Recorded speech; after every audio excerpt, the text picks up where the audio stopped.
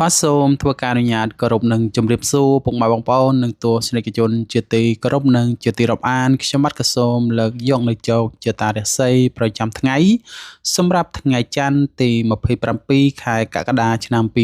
2026ថាតើនៅក្នុងថ្ងៃថ្មីនេះដួងរាសីរបស់ពុកម៉ែបងប្អូនប្រែប្រួលទៅជាយ៉ាងដូចម្តេចនោះកុំឲ្យខាតពេលខាតវេលាយូរនោះសូមអញ្ជើញតាមដានសន្តាប់ជាមួយនឹងខ្ញុំបាទដូចតទៅបាទសម្រាប់អង្គអ្នកដែលកើតឆ្នាំជូតលេខដំណំលាភសំណាងគឺលេខ989រួចធ្វើការសេបួងសួងយកលាភហើយរាសីរបស់អស់លោកអ្នកនៅក្នុងថ្ងៃនេះគឺស្រត់ចុះដំណើរជីវិតរបស់អស់លោកអ្នកនៅពេលនេះជួបបញ្ហារឿងប្រាក់កាក់បន្តិចបន្តួចហើយបញ្ហាមួយចំនួនរត់ចូលនាំឲ្យកើតរឿងសៅហ្មងផងដែរនៅថ្ងៃនេះការប្រកបមុខរបររកស៊ីរបស់អស់លោកអ្នកឃើញថាមិនសូវជាជឿនលឿនទៅមុខប៉ុន្មាននោះទេពោលគឺមានឧបសគ្គយាយីក្នុងការទប់ទល់ច្រើនផងហើយសម្រាប់អ្នកប្រកបមុខរបររកស៊ីជួញដូរនៅក្នុងថ្ងៃនេះវិញដោយសារយាយអូនរបស់អស់លោកអ្នកពុំសូវអំណោយផលម្ល៉េះហើយធ្វើឲ្យអស់លោកអ្នកជួបក្រុមមនុស្សតាមយាយីឈ្នានីសព្យាបាទយាយីផងដែរសម្រាប់ការធ្វើដំណើរកម្សាន្តទីចិត្តទីឆ្ងាយគួរមានការប្រុងប្រយ័ត្នប្រយែងបន្តិចទៅប្រសើរពីព្រោះថាថ្ងៃនេះមិនផ្ដល់ផលល្អសម្រាប់អស់លោកអ្នកប៉ុន្មានឡើយហើយសម្ព័ន្ធភាពស្នេហាកំឡោះក្រមុំចូលមានការប្រុងប្រយ័ត្នប្រយែងបន្តិចទៅប្រសើរបាទសម្រាប់អង្គអ្នកដែលកើតឆ្នាំឆ្លូវសូម comment លេខ886រួចធ្វើការ share បួងសួងយកលាភហើយរាសីរបស់អស់លោកអ្នកថ្ងៃនេះគឺស្រត់ចុះក្នុងថ្ងៃនេះយាយអូនរបស់អស់លោកអ្នកពុំកប់ប្រសើរទេម្ល៉េះហើយបើទោះបីជួបបញ្ហាអ្វីក៏ដោយមិនអាចយកភាពមួម៉ៅក្តៅក្រហាយដាក់ខ្លួនបានឡើយព្រោះអាចជះឥទ្ធិពលណាមួយមកវិញដែលរកនឹកស្មានមិនដល់លោកអ្នកត្រូវធ្វើចិត្តឲ្យត្រជាក់ហើយយកប្រាជ្ញាឆ្លាតវៃរបស់អស់លោកអ្នកដាក់ខ្លួនទៅប្រសើរសម្រាប់អ្នកប្រកបមុខរបររកស៊ីជួញដូរក្នុងថ្ងៃនេះវិញមិនគួរទុកចិត្តអតិថិជនពេកឡើយប្រយ័ត្នត្រូវចាញ់បោកគេអត់ការអិតអំពើហើយការធ្វើដំណើរកម្សាន្តទីចិត្តទីឆ្ងាយគឺពុំសូវមានសុខសុវត្ថិភាពប៉ុន្មាននោះឡើយរីឯសម្ព័ន្ធភាពស្នេហាប្រុសស្រីមានតែការរង្គោះរង្គើដាក់គ្នានាំឲ្យកើតរឿងរ៉ាវជាយថាហេតុបាទសម្រាប់អង្គអ្នកដែលកើតឆ្នាំខាលសូម comment លេខ288រួចធ្វើការ share បួងសួងយកលាភហើយរាសីរបស់អស់លោកអ្នកថ្ងៃនេះស្រត់ចុះនៅថ្ងៃនេះមិនផ្ដល់ផលល្អសម្រាប់អស់លោកអ្នកក្នុងការសម្រេចចិត្តរឿងសំខាន់ឬក៏ណាត់ជួបរឿងរ៉ាវធំអ្វីមួយឡើយព្រោះថាងាយជះឥទ្ធិពលអាក្រក់មកវិញការប្រកបកិច្ចការងាររបស់អស់លោកអ្នកនៅថ្ងៃនេះតែងតែមានការប្រុងប្រយ័ត្នប្រយែងបន្តិចទៅគ្មានបញ្ហាមិនល្អណាមួយចោទឡើងសម្រាប់អ្នកប្រកបមុខរបររកស៊ីនៅក្នុងថ្ងៃនេះវិញបើលោកអ្នកចង់បើកហាងថ្មីឬធ្វើចំនួនជួញដូរថ្មីថ្មោងអ្វីមួយមិនសូវជាផលផ្ដល់ផលល្អប៉ុន្មាននោះឡើយហើយផលកម្រៃទៀតសោតក៏ពុំសូវចូលជាគួរជាទីពេញចិត្តនោះដែរហើយសម្ព័ន្ធភាពស្នេហាកំឡោះក្រមុំត្រូវតែមានភាពអត់ឱនឲ្យគ្នាខ្លះទៅអាចជំនះរាល់ឧបសគ្គទាំងពួងទៅរួចហើយការធ្វើដំណើរកម្សាន្តទីចិត្តទីឆ្ងាយចូលមានការប្រុងប្រយ័ត្នប្រយែងបន្តិចព្រឹកទៅប្រសើរបាទសម្រាប់អង្គអ្នកដែលកើតឆ្នាំថោះសូម comment លេខ822ហើយរាសីរបស់អស់លោកអ្នកនៅក្នុងថ្ងៃនេះគឺឡើងខ្ពស់ត្រដែតទាំងស្ត្រីនិងបុរសលោកអ្នកត្រូវតែចេះរៀបចំគ្រួសារ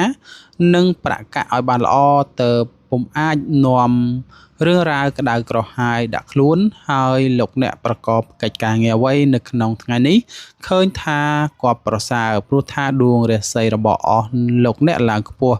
ដូចនេះលោកអ្នកអាចសម្រុកកិច្ចការងារពេញដៃពេញជើងបានហើយព្រោះថាតែងតែហុចផលជាផ្លែផ្កាមកវិញគួរជាទីពេញចិត្តហើយអ្នកប្រកបមុខរបររកស៊ីនៅក្នុងថ្ងៃនេះដែរបើលោកអ្នកចង់ផ្លាស់ប្ដូរមុខរបរថ្មីឬបើកធ្វើចំនួនតូចធំតែងតែផ្ដល់ផលល្អមកវិញជានិច្ច ហើយសម្រាប់ការធ្វើដំណើរកម្សាន្តទីជិតទីឆ្ងាយគឺតែងតែផ្ដល់ភាពសុខដុមទាំងពេលទៅទាំងពេលត្រឡប់មកវិញរីឯសម្ព័ន្ធភាពស្នេហាកំឡោះក្រមុំមិនមានបញ្ហាអ្វីចោទឡើងនោះឡើយហើយបើចង់រៀបការឬក៏ផ្សំផ្គុំជាគូគប់ជាពេលវេលាល្អប្រពៃបំផុតបាទសម្រាប់អង្គអ្នកដែលកើតឆ្នាំរោងសូមខមមិនលេខ888ហើយធ្វើការសេបួងសួងយកលេបហើយរាសីរបស់អស់លោកអ្នកគឺឡើងខ្ពស់ត្រដែតនៅថ្ងៃនេះបើលោកអ្នកដាក់ទុនកម្រងកិច្ចការងារឬក៏ណាត់ជួបចរចារឿងអ្វីមួយតែងតែផ្ដល់នៅយោបល់ល្អហើយការធ្វើកិច្ចការងារអ្វីតែងតែសមប្រកបការប្រកបកិច្ចការងារអ្នកក៏បីមានការធ្វើឲ្យពេញទំហឹងនោះនឹងទទួលបានផលជាផ្លែផ្កាគួរជាទីពេញចិត្តការប្រកបការងារគ្រាន់បំរើជាងមុនគ្រាន់ប្រសើរជាងមុនហើយបើចង់ជួញដូរផ្លូវចិត្តផ្លូវឆ្ងាយតែងតែហុចផលមកវិញគួរជាទីពេញចិត្តហើយការធ្វើដំណើរកម្សាន្តទីចិត្តទីឆ្ងាយគឺតែងតែទទួលបានសុខសុវត្ថិភាពទាំងពេលទៅនិងពេលត្រឡប់មកវិញហើយបញ្ហាសម្ព័ន្ធភាពស្នេហាកំឡោះក្រមុំមានតែភាពសុខដុមនិងស្រស់ស្រាយចំពោះគ្នាប្រពៃណាស់បាទសម្រាប់អង្គអ្នកដែលកើតឆ្នាំម្សាញ់សូមខមមិនលេខ288ហើយរាសីរបស់អស់លោកអ្នកស្រត់ចុះនៅថ្ងៃនេះលោកអ្នកងាយនឹងកើតនៅរឿងរ៉ាវតបប្រមល់និងងាយលេចចេញនៅបាតុភិបជាមួយនឹងអ្នកដទៃទៀតផងក៏បីមានការប្រុងប្រយ័ត្នប្រយែងបន្តិចក្នុងថ្ងៃនេះទោះធ្វើអ្វីក៏ដោយឲ្យចេះប៉ានប្រមាណហើយមិនត្រូវធ្វើដោយសេចក្តីប្រាថ្នាហួសប្រមាថពុំនោះទេនឹងបណ្ដាលឲ្យបាត់បង់ទៅវិញហើយសម្រាប់អ្នកប្រកបមុខរបររកស៊ីជួញដូរមានការរីកលូតលាស់តិចតួចតែយ៉ាងណាការជួញទីចិត្តទីឆ្ងាយតែងតែរកផលកម្រៃហូរចូលមកផ្ទះគួរជាទីកត់សម្គាល់ផងដែររីឯសម្ព័ន្ធភាពស្នេហាប្រុសស្រីពុំមានចិត្តរ៉េដូចចង់ស្រាល់ប្រយ័ត្នកម្មពៀវិឆ្លងនាំឲ្យលោកអ្នកជួបឧបសគ្គឈានដល់ការបែកបាក់បាទសម្រាប់អង្គអ្នកដែលកើតឆ្នាំមុំមីសូមខមមិនលេខ777រួចធ្វើការសេបួងសួងយកលេបហើយរាសីថ្ងៃនេះល្អជាមធ្យមនាពេលនេះទាំងស្ត្រីនិងបុរសលោកអ្នកត្រូវសម្លឹងឲ្យខ្ពស់និងគិតក្តីស្រមើស្រមៃអ្វីមិនមែនជាការពិតពីព្រោះថានេះសុទ្ធសឹងតែជាអត្ថប្រយោជន៍ហើយនាំទ្រព្យនាំសម្បត្តិដល់អស់លោកអ្នកនៅថ្ងៃខាងមុខជាមិនខានការប្រកបកិច្ចការងារនៅក្នុងថ្ងៃនេះពុំសូវជឿនលឿនទៅមុខប៉ុន្មាននោះឡើយហើយក៏មិនថយក្រោយដែរពោលគឺនៅនឹងមួយកន្លែងអ្នកប្រកបមុខរបររកស៊ីជួញដូរមានការខ្សត់ខ្សោយក្នុងការរកផលចំណូលបន្តិចដូច្នោះតតែខិតខំខ្លាំងទៅអាចរកផលកម្រៃគ្រាន់គាប់ប្រសើរសម្រាប់អ្នកធ្វើដំណើរកម្សាន្តទីចិត្តទីឆ្ងាយតែងតែមានភាពសុខដុមទាំងពេលទៅនិងពេលត្រឡប់មកវិញរីឯសម្ព័ន្ធភាពស្នេហាប្រុសស្រីតែងតែមានភាពល្អប្រសើរចំពោះគ្នាបាទសម្រាប់អង្គអ្នកដែលកើតឆ្នាំមមេសូមខមមិនលេខ549រួចធ្វើការសេបួងសួងយកលេបហើយរាសីថ្ងៃនេះឡើងខ្ពស់ត្រដែតដូចរាសីរបស់អស់លោកអ្នកត្រឡប់ឡើងល្អប្រសើរវិញហើយក៏ជាថ្ងៃសុខដុមផងក្រៅពីនេះបើលោកអ្នកចង់សម្រេចចិត្តរឿងកិច្ចការងារត្រូវជជែករឿងការងារសំខាន់និងបើចង់សមដូចប្រកប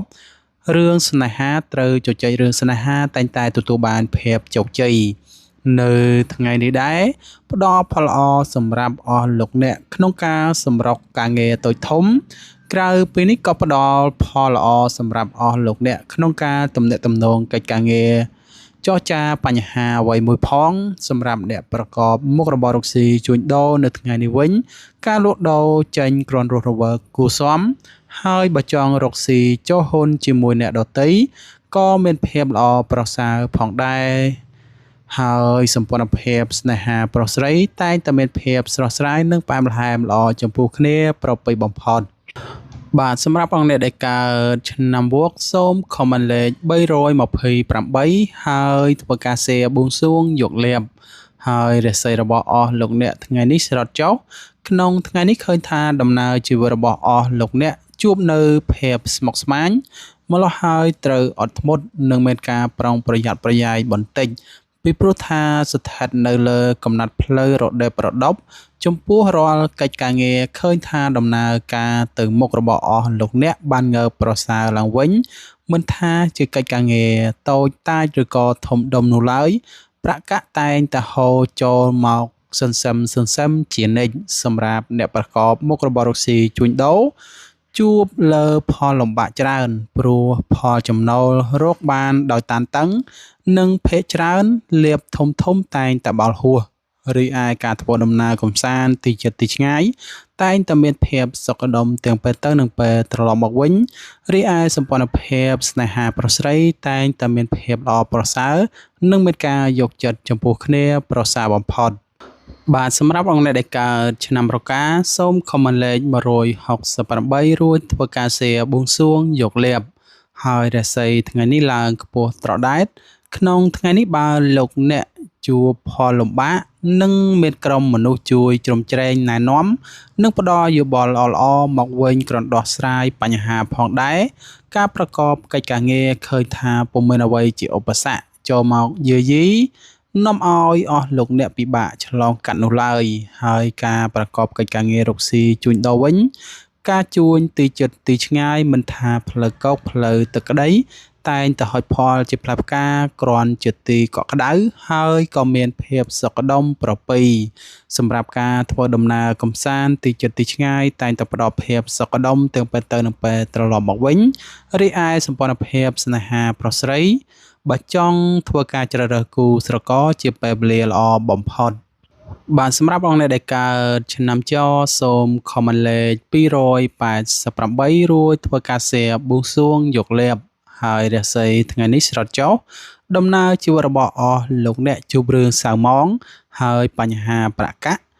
និងក្រុមគ្រួសារក៏ជួបរឿងរ៉ាវនាំអំពើទុកច្រើនផងដែរ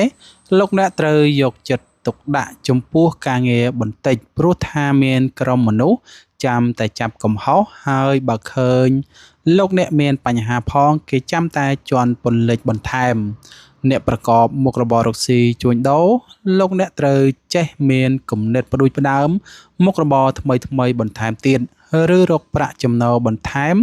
ទើបមានការប្រសើរហើយការធ្វើដំណើរទីជិតទីឆ្ងាយចូលមានការប្រុងប្រយ័ត្នប្រយែងបន្តិចទើបប្រសើរសម្ព័ន្ធភាពស្នេហាប្រុសស្រី